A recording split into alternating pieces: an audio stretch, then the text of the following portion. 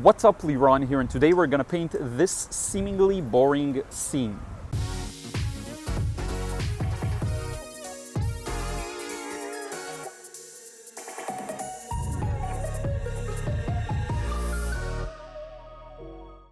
What's up, Liron here. Thank you for joining me in another video. As you can see, I already finished my painting because I usually record my outros after I finish the process. So in this video, we're gonna paint this scene right here. It may seem boring, just a couple of cars, especially when I've got this beautiful building behind me. But I did decide to go with what's authentic for me and to actually paint the scene that interested me and not what is seemingly beautiful. I hope to paint that other structure some other time. Sometimes there's something that captures you and it's not necessarily the most interesting part of the scene, but it does look beautiful. Here, let me show you just a quick preview of the final result. I think I got many things pretty nicely with this one. And the process was, the drawing is very accurate, the values are very accurate. The one thing I would correct is I overworked the watercolor a bit, but that's fine, that's technique. We're gonna talk about it later on. So with that being said, let's jump into the process. Okay, so I'm starting with the drawing. I do want this to be a full-time narrated tutorial, so it's gonna be a long video, so buckle up and I'll try to best explain what I'm doing with every step of the way. I think also it's a good opportunity to share some ideas I've had in mind recently. So what I'm doing now, that's the first step, is to draw the perspective lines. I indicated some perspective lines and I'm pulling out of that vanishing point there lines that will help me better understand how I'm going to place the car. Sometimes I freehand stuff, but this car is the center of attention here, and I don't want to just do a lot of guesswork or where stuff comes in or things like that. I want to know pretty much, at least approximately, where everything should be, okay? So I'm starting with a box, just the shape of a box, and then I'll use that boxy shape to add some details that will actually make it look like a car. So what I'm working on now is the trunk area, and from that I'm going upwards, and that's the roof of the car, rooftop. I don't know how you call that, what's the best term, but yeah, that's the roof of the car. Things are a bit skewed, apologies about the angle. It's really hard getting a better angle outside. I think it's nearly impossible. I'll have to invent a new, better setup for that. But in any case, I do take some breaks and show you the thing up front so you can better understand. So now I'm trying to figure out the shape of the tail lights and the different structural details of the car. And lucky for me, I found a good spot in the shadow. There are, as you can see, some light sun rays coming through the trees. And that was a bit confusing at times, but for the most part it was okay. I'm sorry if it hurts the quality of the video, but hopefully you can see everything I'm doing.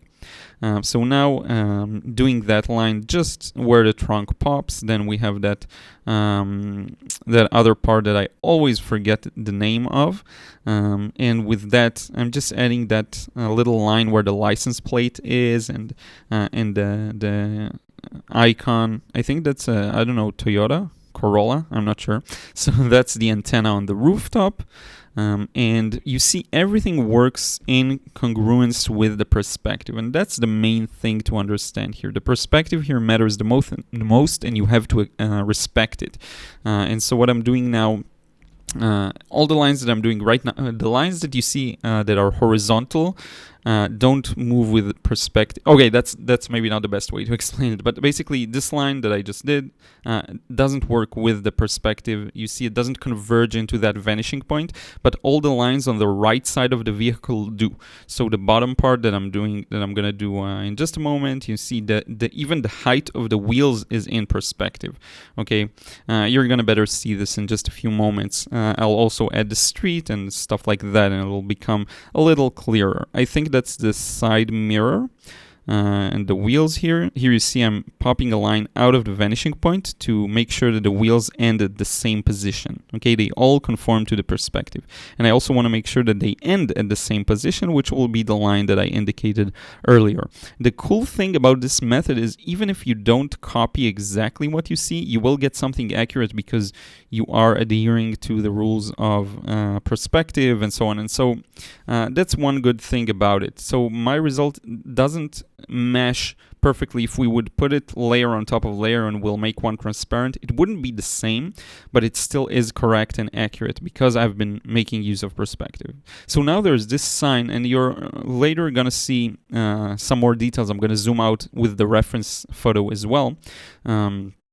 I think a lot of you tell me that it's important to show the reference, so I'm also trying to have the reference show the most relevant part of the scene. So now I'm focused on the car, but in a few moments I will focus more on the other, let's say, important details. I'm going to zoom out a bit so you can better see. I'm trying to set up the mic. Sorry if there's a bit of noise here. Hopefully that's a little better. Yeah, okay, the mic setup is always challenging for me for some reason, but now it's better, I think. So I'm just adding some of the final details to the car. Again, I want this one to be detailed because it's going to be the main point of interest in the painting, and that's the one place you do want to pay a lot of attention. Later on, with the cars that are a bit more in the background or the other row of cars, you can focus on a little less. So now I'm starting to work on that second car that I just mentioned, and as you can see, I can take it a little easier. You can immediately see that I work a little faster. One more thing that's going for me in this part is that I already have the first car as a reference, so I can kind of compare the distances and figure out where the second car is in relations to the first one, and that further helps me to make sure I'm accurate. It also has a very interesting shape of the tail lights, so that helps always. You know, the more unique characteristics you can find and figure out, it can really help. In this way, it's a little easier to draw things that are a bit more extreme. This is true for gesture drawing. So gesture drawing is when you draw people in motion and you try to focus on the motion and not on the anatomical structure necessarily, and you want to convey a lot of dynamity with the pose, if that's a word. So that works there as well. You kind of that's the thing that you would focus on. Now I'm doing this sign that I just told you. I zoomed out a bit so you can see. We're going to do a lot of negative painting around that sign as well, just to bring it out because there's a lot of dark trees there. The one thing that disappointed me a bit, and you will see this in just a moment, is I've been using my new St. Petersburg White Nights paint, the blue one. I posted a picture on Instagram, but it has the two others, not the blue. It has the golden and the Madder Lake Deep Light, I believe. Now the thing is, I didn't like the way the green that the blue created. I ran out of warm yellow, so I got these very bright and shiny and artificial greens. At least in my feeling, they're a bit artificial and I don't like them, so I was a bit deterred by that. And believe it or not, at that stage I thought that the painting is not going to turn out well at all, but then it ended up working well. So now I'm inserting this car in the background. You can barely see this in the reference, but for some reason for me it was a bit more easy to see, or maybe it moved. You know, things move around a lot. So sorry about that. I drew that car, and now you can see I'm very loose with the details, much more than before. Now I can really afford to just throw the lines in there and it will read as a car, especially because it's accompanied by other cars. I also added that building on the right. In 2 minutes or a minute and a half, I'm going to do a break and then I'm going to show you the front side so you can better see what this looks like before I paint it, because now you see it at this awkward angle. So in any case, yeah. Now I'm adding the cars on the other side of the road. You can barely see this one in the reference, but it is there. Later on, when I focus on the car, you will be able to better see this. I'm indicating some tree trunks there that I want to put just to create some interest in that dark background that I'm going to add in a few stages, in a few more steps. But yeah, and then we have the outline of the trees that I just want to make sure that that works, and the buildings there, making sure that my vertical lines are really vertical. That's a challenge. And we've got that really kind of indicative palm tree that will pop out of the treetops and will show and create some interest. That's an important part here as well. So I'm trying to do some abstraction with it and not draw every single part of it. And it is actually a part where I think I overworked it just a bit in the actual painting once I added the paint itself. But hopefully it still reads well, I think. So yeah, tightening up some of the tree lines, things like this. I may be interrupted with this recording, so apologies if I end it abruptly or awkwardly. I apologize in advance for that, because it's a long video. It's like almost, I think, 49 minutes. So, and I have something that I have to take care of. So yeah, now I'm putting that car on the left. This car will barely be visible. It's just going to mesh into the dark background, but it is important to indicate its shape just so that you can better paint it. Okay, so let me give you a closer look at the drawing I have so far. Sorry about the light. It keeps moving. It annoys me as well. But in any case, this is what I've got. A very simple composition. Something that'll be easy to build off of, hopefully. I'm going to start working on this one slowly because there are quite a lot of details and I want to make sure that I don't mess it up in the first wash. So it's going to be a very gentle first wash, and then I'll come back and hopefully add some more details to it. I think I want to start blue, then go a bit green all around here, and this will be yellow, and all of that would be yellow for the highlights. So let's get started with that. Okay, so I'm continuing, and now comes the first wash.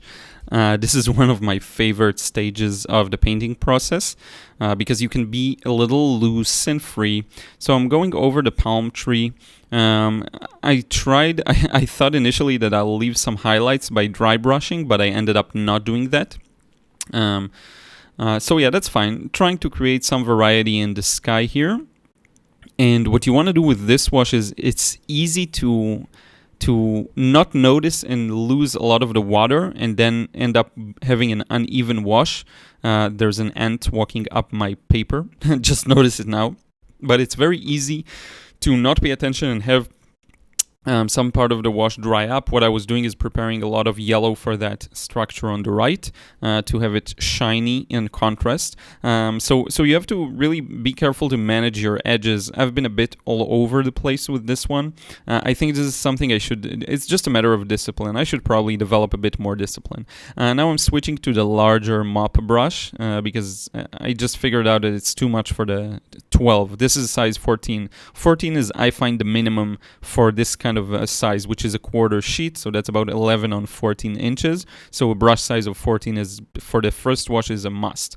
Now it's really unattractive, really, when you see a painting with lots of even colors, just, boring areas colored in different paints. So I'm trying to add a bit of variety here by adding in that yellow and red and mixing them together and making them look a bit interesting. I find that this is really important if you want to get the feeling and look that you're after. So this is what I was trying to do here. And now I'm starting to put in the trees a bit wet and wet. I'm not too worried about the details because this area is all going to be much darker later on, but I'm just making sure to paint around that sign. And when I reach the cars, this is where I'm going to have to be careful. Now, this is an important topic that I didn't really talk about in that manner yet, and that is planning your highlights. So for me, I know that I want to have yellowish highlights on the car. Kind of messed up and went over the sign here, but I'm just dabbing it away, and I decided to fill it up as well because it's just so hard to do tons of negative painting layer after layer. But in any case, what I want to do now is plan the highlights. I know I want to have yellow golden highlights on top of the car, so I'm now switching to a more yellow pure color, and I'm going to clean the brush again and then switch to an even cleaner yellow and lighter, keep it light, and trying to really pick up the clean color. I think I used here something like a neutral yellow, maybe a chromium yellow. yellow hue, I believe, chromium yellow hue, and I used the blue by St. Petersburg White Knights, which is in fact a phthalo blue, and I used quinacridone rose or quinacridone magenta for the reds. Okay, so that's the three colors I'm using. Now, initially, I didn't like this result as much as I mentioned earlier because it felt like the greens felt a bit too artificial for me. I'm strengthening the street, the bottom part, with a bit of red. It felt a bit of an artificial green for me, and I don't like artificial greens at all. It's one of my pet peeves. I like to have them natural and a bit muted.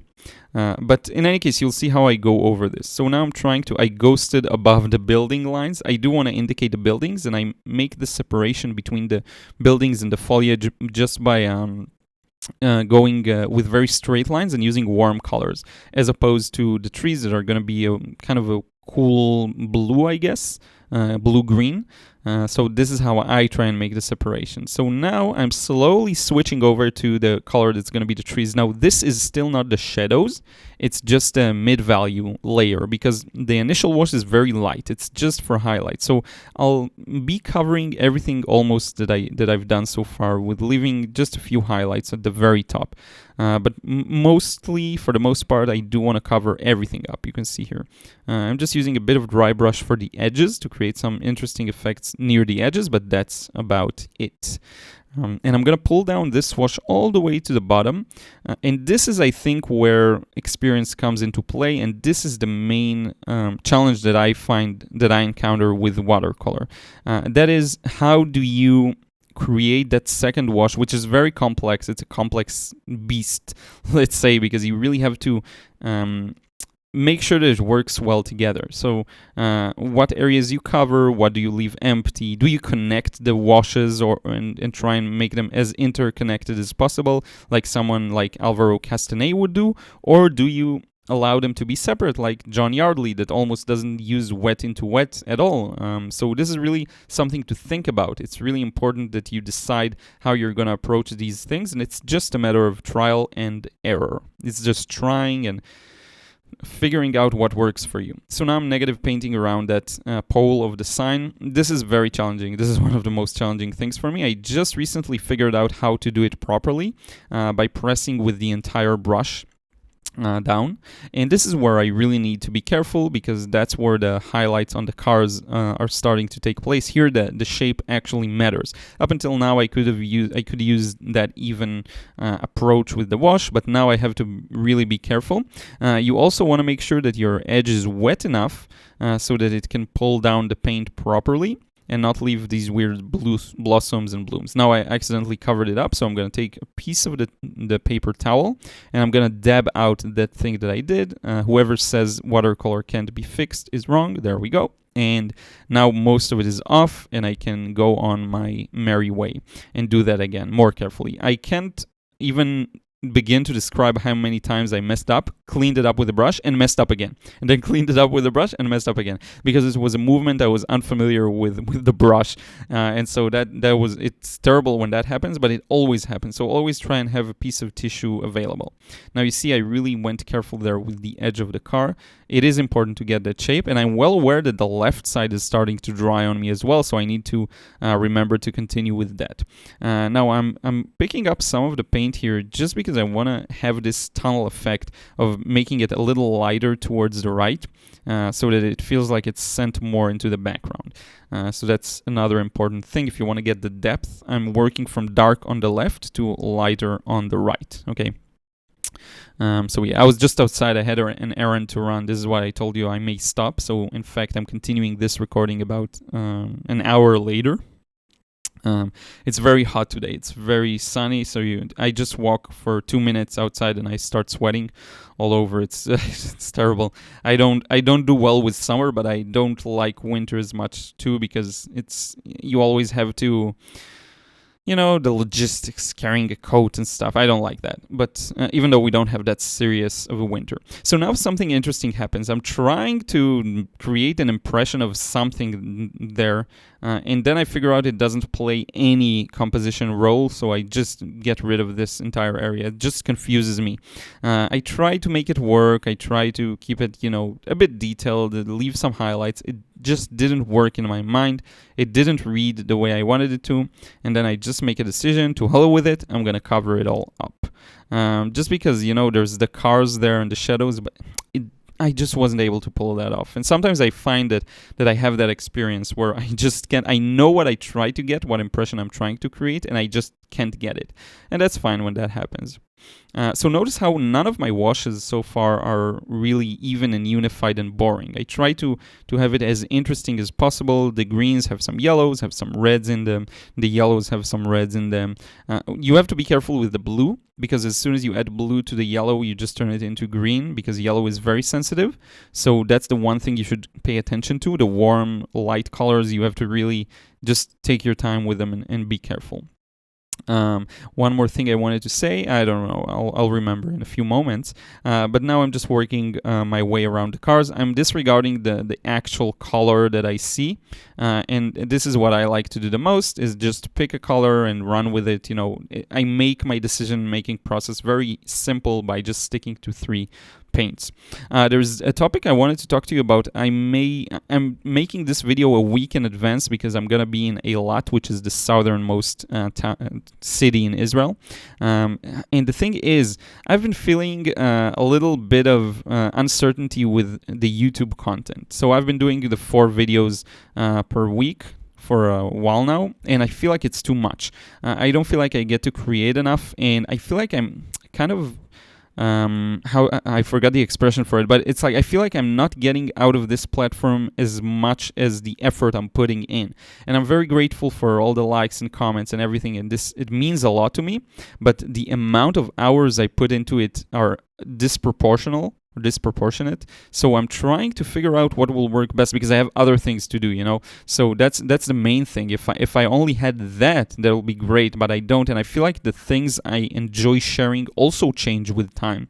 And I used to enjoy sharing a lot of different things, and now I just kind of want to do painting processes and show you how I did them. So I'm just working some things out that have been on my mind recently, and trying to figure out what would be best for me, because that'll end up being the best for you as well. I don't want the content that I make to make me suffer or make me, you know, not enjoy what I'm doing. And I also want to make good content for you. So this is really important for me, and it's something I will work out. I may do an experiment and drop the frequency of the videos back to maybe 2 videos a week. I don't know, something like that. I've been thinking about doing one process and then one vlog. So like Sunday is going to be an actual full-time painting process like this one. And then on Thursday or something like that, it's going to be a vlog of me telling you what I'm working on, what I've been doing recently, and you know, things like that. Because I do feel like I owe it to myself to devote more time to creation, because I want to improve more and faster, and that way it'll help me create better stuff for you as well. So that's kind of thing that's been on my mind. I actually woke up this week several times feeling really uninspired, and it really annoyed me, because I don't usually feel that. Usually it's a sign that I need to think about something or change something in my routine, and I'm just trying to figure out what it is and how I can do it best. So there may be upcoming changes. I will try and inform you of any change that I make. I'll also be visiting the US for the entirety of August, and I plan on talking about that too. I don't know exactly what will happen with the videos there. I'll try and record there as well and post videos normally and paint there a lot. I'll be in Cleveland, Ohio. So hopefully that'll just give me a chance to create different types of content. But what I do want to communicate is that there are going to be some changes. I'm not sure exactly what they're going to be. I just need to find the thing that also makes me happy and makes me produce the best content I can for you. So that's something that'll change in the near future a bit. So yeah, that's just going through some... it's really challenging being kind of at the top, because I am responsible for my own work. So it really is a challenge to make sure that I feel good, because no one is dictating for me what to do, and it's the greatest like privilege, and it's amazing, and I'm really grateful for that as well. But it's also very hard at times, so I'm trying to keep things balanced for my own health. What I'm doing now is I negative painted around the rear and the tail lights, and this felt a bit too strong, so I'm trying to bring it back down, and now I'm filling in the gaps with the yellows and the oranges that I painted around. It's really hard to do wet in wet when you do red into blue and preserve the purity of the red, so this is why I negative painted. Otherwise it would just end up being all purple, and I did want to make that differentiation between the taillight and the actual body of the car. Now everything that looks dark to you right now is going to dry much lighter, I assure you that, so I will darken most of the things that I'm working on right now. Even though they look pretty dark now, I'm going to darken them. And notice how much attention I'm devoting to that car that's closest to me. That's really important because it is the center of attention, just like I did earlier. What I did think about recently is that I really want to devote more time for developing my skills and developing a series of paintings to put in galleries. So this is something, by the way, I again painted above a highlight, so I'll hopefully correct that. I'm almost done actually with creating a series of paintings that I will try and get a gallery to put, a series of kind of urban, colorful paintings that I think will work really well. Notice the light, it's crazy. That I think will really work well. And this is something I do want to devote more attention to, just the creation side of things. Because all of the other things I'm doing just take away from that. And I am trying to show you a lot of what I do, and it takes a toll. So I'm trying to find that balance again. Now you see, I just cover everything up there because I didn't like it. It didn't play any important function there, so I just got rid of it. I actually, the beginning of this idea of getting rid of stuff that don't work compositionally came from the DVD of Joseph's book, which he has a new DVD called Plan Your Paintings or something like that.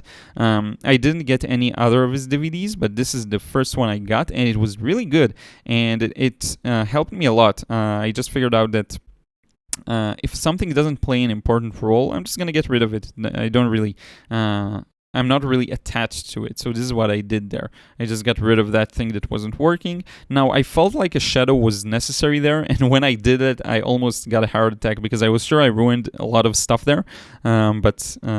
Yes, that's luckily it ended up working somehow. I was really lucky with that part because it could ruin the composition very easily. So yeah, I'm sorry that you can't see my palette a lot with this process. I'm still trying to figure out the outdoors setup, but hopefully that'll work out. I had an interesting idea. I don't know if you'll like it or not, but I thought about going cold turkey for like 2 weeks with showing nothing, like not Instagram, not YouTube, not anything, just because I want to feel what it's like to create with no thought about that. So just going under the radar for a week. Not doing anything in that way and just focusing on creating, I think it will be really healthy for me because it will help me figure out what I want to share and enjoy sharing naturally,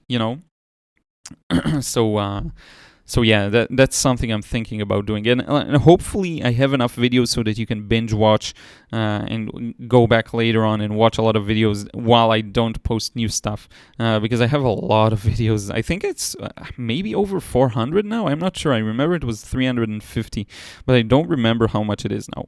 So in any case, now is a very important moment. We are done with the second wash almost completely. So now I'm putting in that sign. And after that, it's all about finalizing this and adding the final details. So we're about, I think, 2/3 of the process through, or maybe a little after half, because the details do take time.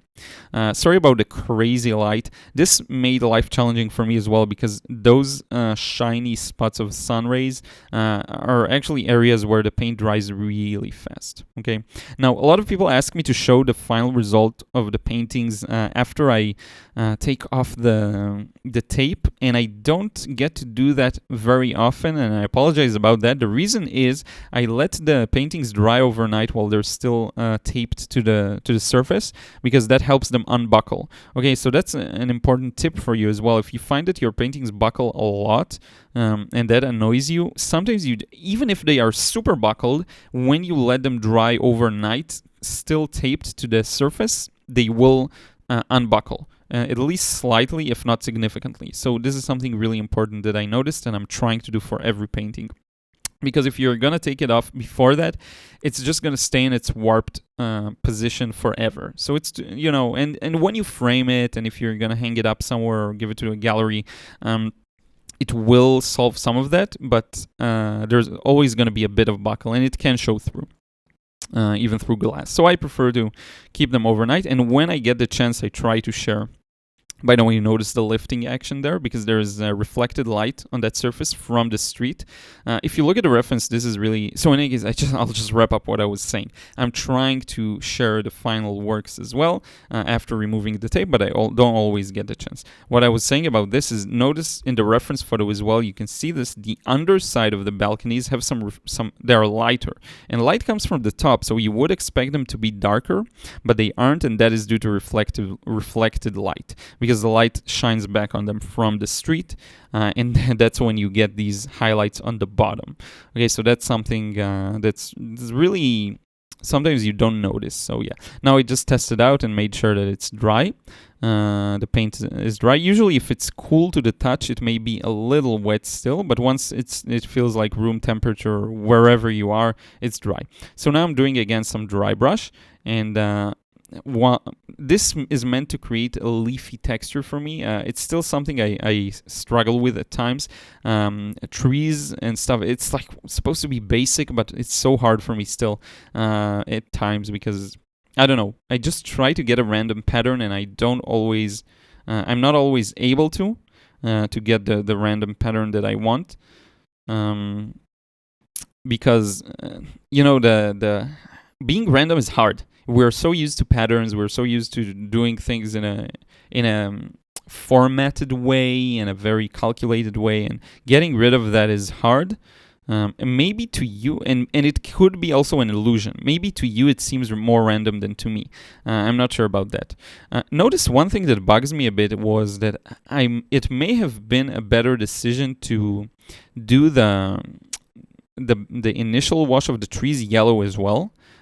Because if you look at the highlights on the left, they seem a bit yellow, and I lost that. My highlights on the trees, are just green, and I don't like the way that looks sometimes, but yeah. So now I try to leave some of the palm tree showing, then I just decided to get rid of it. Again, this is where it becomes a bit overworked in my opinion, but that's fine.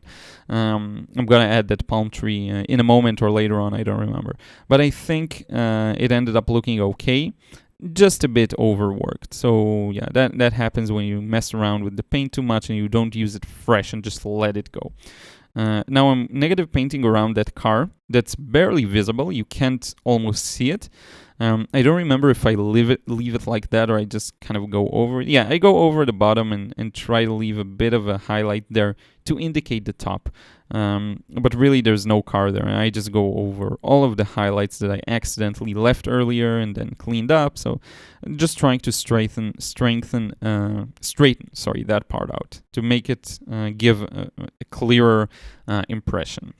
Now I have the right side section of the trees to take care of, and there are two things that I'm contemplating if I should do. So the first thing is, do I want the trees to be light on the right to create the tunnel that I was referring to earlier?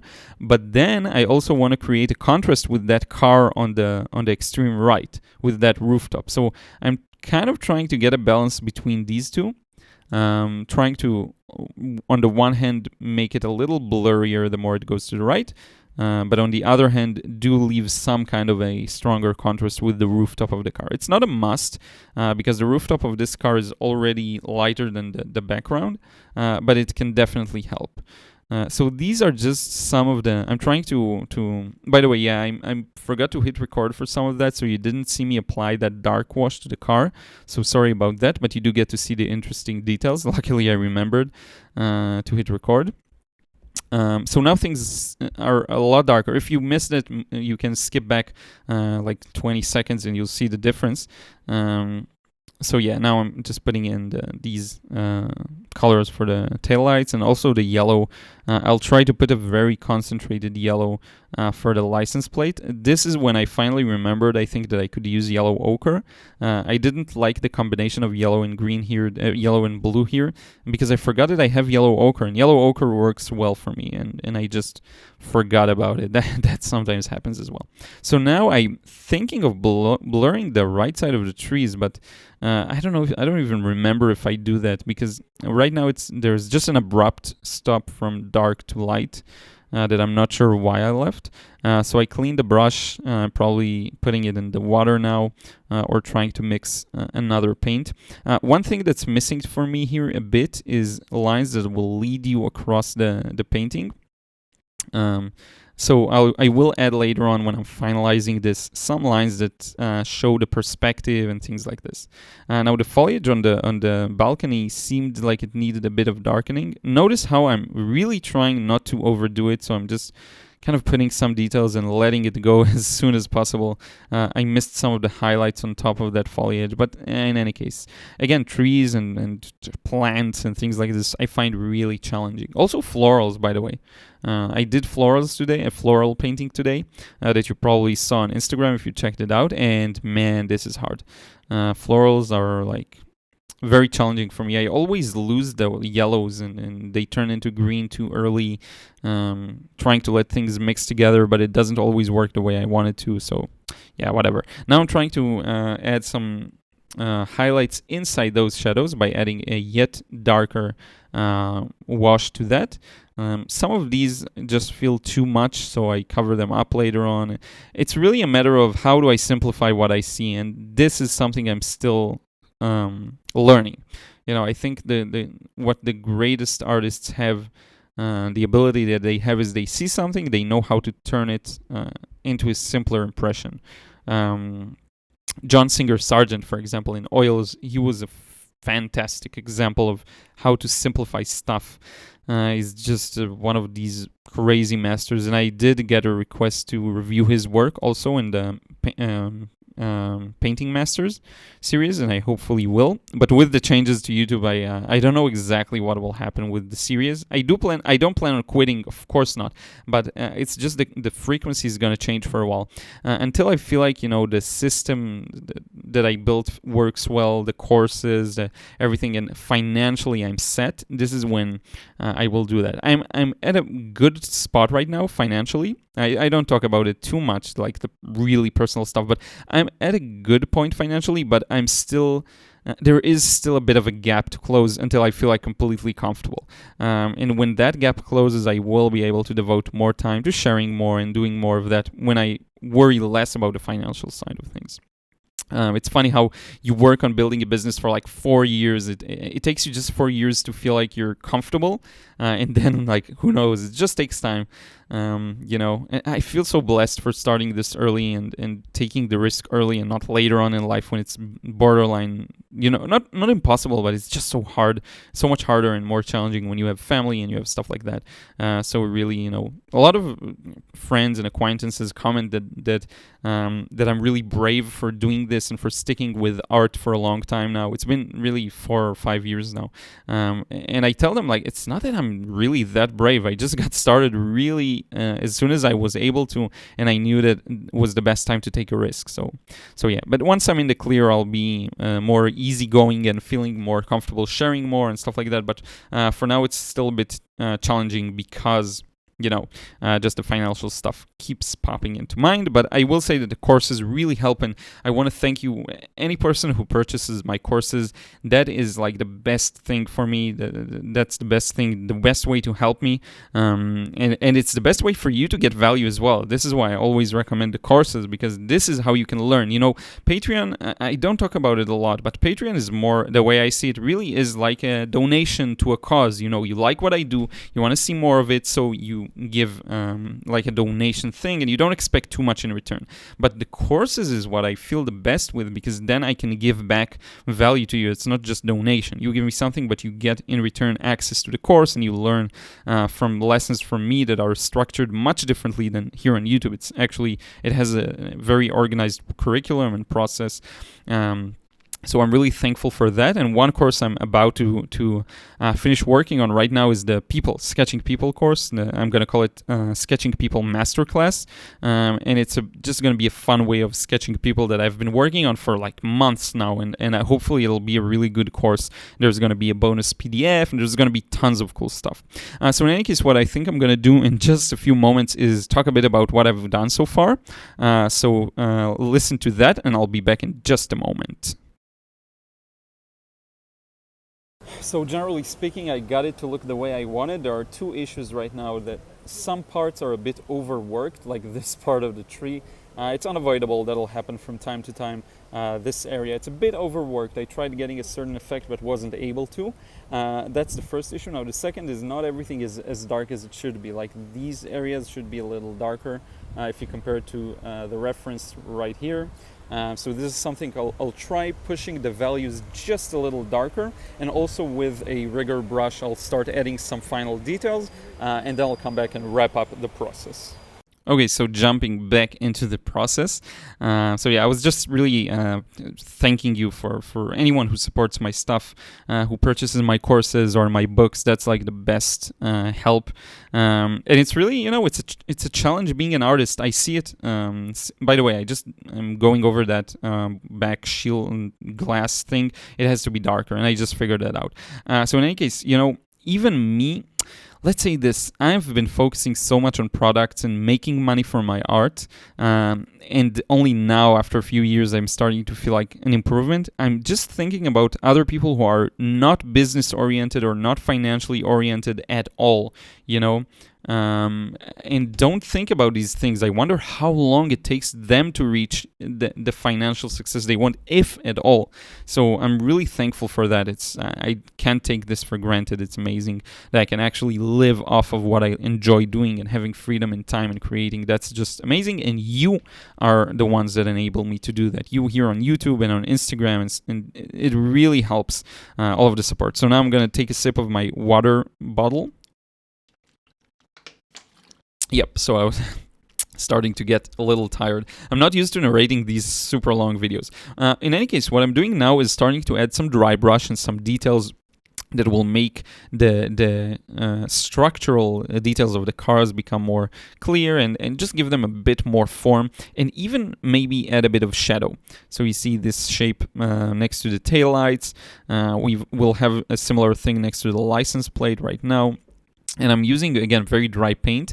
The color I'm using usually for the shadows, I've been asked about this, and I hopefully will do a separate video on shadows. But what I try and do is use interesting colors for the shadows. I try to avoid having bland shadows that are just of the same color, because I find them to be really boring. So I try to vary it up. And it's easier to decide because I don't have a palette of 12 colors. I just have like 3 or 4 per painting. And that makes, again, my decision-making process much easier, and it's just so much simpler to say, okay, I'm going to use red here, some blue there. There's an artist I love. His name is Tim Wilmot, and he has, I think, some of the best tutorials here on YouTube, long, narrated, full processes like what I'm trying to do. And he does that a lot. He uses a lot of limited palettes for his paintings. He usually uses maybe 6 or 7 paints and thinks about them in a warm and cool way. So he has like 2 yellows, 2 blues, 3 blues, 4 reds, something like that. And I find that to be a very helpful and very, I think, just a simpler way of doing things. So I find that his tutorials are really great for that. You should probably check them out as well. And he's also really high level. His style reminds me of the Zbukviches and the Castanets a bit. It's very loose and impressionistic, but it still is realistic. If you take a few steps back, you get to see everything, and it works, I think, really well together. So yeah, now adding some of the antennas, final details that will bring this out. And when I'm done in about 6 minutes, I'm going to show you a comparison, again, of the reference and the painting. You will get to see the painting in a few different angles and zoom in levels that'll help you. So now I'm thinking about the lines of perspective that I want to draw and just where I'm going to indicate some different, I guess, lines that will help us feel the tunneling and being pulled into it. So So yeah, and also I'm adding those blue, there's a blue-white stripe there indicating that you can park. So I'm adding that with very pure blue. This is really important because if the blue is, dumbed down by other paints, it would be so hard to follow. So these lines hopefully already pull you a bit in. And what I'm trying to do now is add a bit more of that effect. So here there's the corner of the building that's very dark. Some details on that sign thing. And I'm just trying to figure out what this misses, because you learn with time not to overdo your paintings. So I'm really being careful. I never really had that issue of overdoing too much because I usually know when to stop. But I do want to make sure still that I don't overdo it. So I'm being very careful just to put in the bare necessities. The right side felt a bit empty, so I added these poles there. If you notice in the reference, they're lighter than the dark background and they're darker than the foreground, but I kind of just put them in there darker, and that's fine as long as they read well. That's fine. Now I did feel like it's missing some of the feeling of depth, so I'm trying to figure out where to place these perspective lines. So I need a bit of a drier brush for that, and I'm trying to have them congruent with the other shapes of the car, of the the different components that are in perspective here. Because if you mess these up, it can be really bad. So yeah, now I'm putting in horizontal lines as well as the vertical ones, and hopefully that kind of leads you a bit better into the painting itself. So there isn't an awful lot to add here. I need to sign this as well. To add my signature, but this is it. If you look at the palm tree, it does feel a bit overworked. I'm gonna talk about it when I wrap up the video, but that's what can you do about it. I tried adding some shadows just to make some order in the mess, and the shadows are a bit challenging. The palm tree has these fingers on the leaves that are a bit, the thin slices of things. It's a bit hard to get these to look right. So I really struggled with that, but that's fine. That's still kind of got the impression I want. I think this is really different from my usual work. It feels much looser, much more. I allow the scene to give a very abstract impression. I merged a lot of different areas together, and I'm quite pleased with it. I think I planned it well. I think I did everything that I did was I think necessary. That's one thing you notice is that many things that you do aren't always necessary, and that can overwork the painting. But here I feel like everything was really necessary. Now I'm just adding just a few small details there to the building. Basically, I'm trying to tell the viewer this is a building. That's all I'm doing with these lines. Nothing more, not too many windows, just a few indications here and there. Very dry brush to keep it blurry. Which is important. And yeah, this is it. We're really near the end of this one. I'm going to soon show you the final result. I really hope you enjoyed this process, and I'm going to do a proper wrap-up in a few moments. But yeah, notice these windows. They immediately turn it into a building, which I like a lot. So in any case, this is the final result. Now I want to show it to you a bit zoomed in, so I'm going to move all across it. And finally, after that, I'm going to show you a comparison. I hope you enjoyed this one. Let's wrap it up.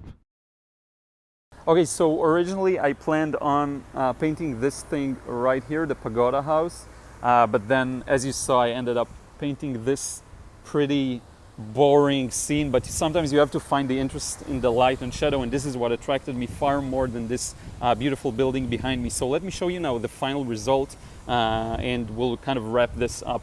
So here it is, not a lot changed. I just darkened this area and added a bit of dry brush to everything. Let me show you, just to accentuate some of the structural details of the cars, some of the just the perspective itself felt like I needed some lines to pull the viewer inside, and so I used these kinds of lines, very dry. What else? I added some details to the sign, some of the antennas, a bit details to this car that you can barely even see. And hopefully from afar the impression is accurate and the values are on point and the drawing is on point. Again, a bit overworked in terms of the actual watercolor technique, but that's okay. You can set that aside. That's something that you practice on separately. The most important part is getting the impression you wanted, and I think this one does the job in that sense. So let's wrap up this video. Okay, so thank you so much for watching. I really hope you enjoyed this process. I think I covered it extensively. Don't forget to subscribe if you still haven't. Follow me on Instagram. I post a lot of things on the IGTV, their new app, and also my podcast is very important if you enjoy listening to me talk about art and different topics in that kind of general direction. And once again, thank you so much for watching. I hope you enjoyed this one, and I'll see you again in another vid real soon.